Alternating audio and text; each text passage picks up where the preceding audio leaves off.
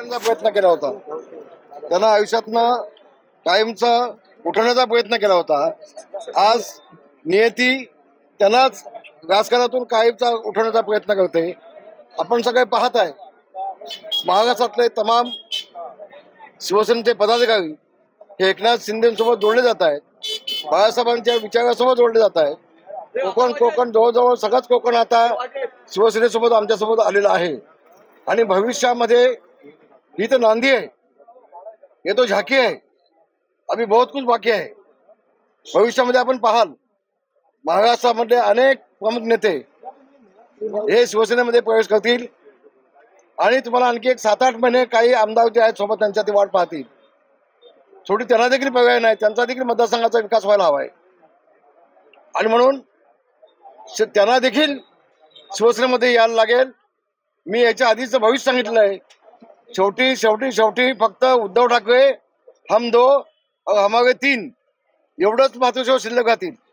बाकी उद्धव ठाकरेंसोबत कोणी शिल्लक राहणार नाही. तुम्ही मगाशी एक वाक्य म्हणाला की कोकणातून उद्धव ठाकरेंची शिवसेना संपलेली आहे. उद्धव ठाकरे संपले. उद्धव ठाकरे तर कोकणातूच नाही, संबंध महाराष्ट्र त्यांना हातभाग होत आहे.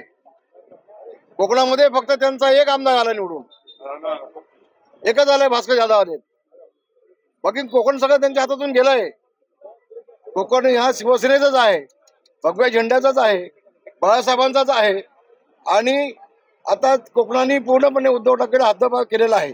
भविष्यामध्ये महाराष्ट्र देखील उद्धव ठाकरेंना हद्दपार केल्याशिवाय गाणार नाही, माझा विश्वास आहे. उद्धव ठाकरेंनी टीका केली होती की 50 खोके घेऊन गंगेत डुबकी मारली असे, म्हणजे याच्या संदर्भातली.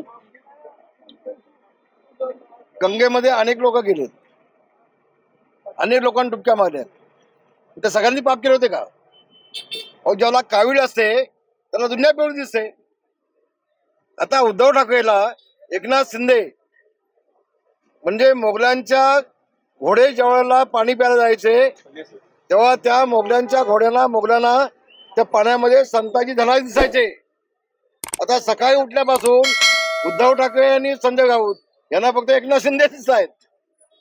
आणि एकनाथ शिंदे आपण पाहिलात प्रचंड वेगाने चाललेत.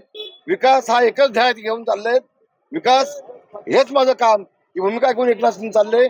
यांना फक्त खोटे आरोप करायचे, बदनाम करायचे, एवढंच कार्यक्रम त्यांच्या शिल्लक आहे सध्या. पण सध्या जर बघितलं तर सामनामधून देवेंद्र फडणवीस यांचं वाईट त्यांची भूमिका अशी आहे, काट्यानं काटा काढायचा.